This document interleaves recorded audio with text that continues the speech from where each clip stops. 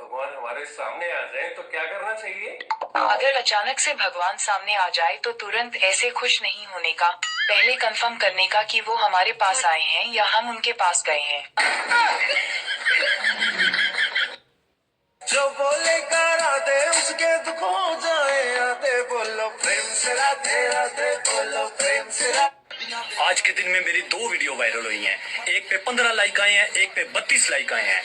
बंदा मुझसे मिलने के लिए बेताब है। घर वाले मुझसे कभी भी खुश नहीं रहते। रात को कहते हैं सोता क्यों नहीं, सुबह कहते हैं उठता क्यों नहीं। गाइस, आप सब लोगों को मेरी तरफ से आने वाले वैलेंटाइन। हम वायरल क्यों नहीं होते? क्योंकि तुम लोग देखते ही नहीं। जब आइए देखते हैं यहाँ पे क्या है।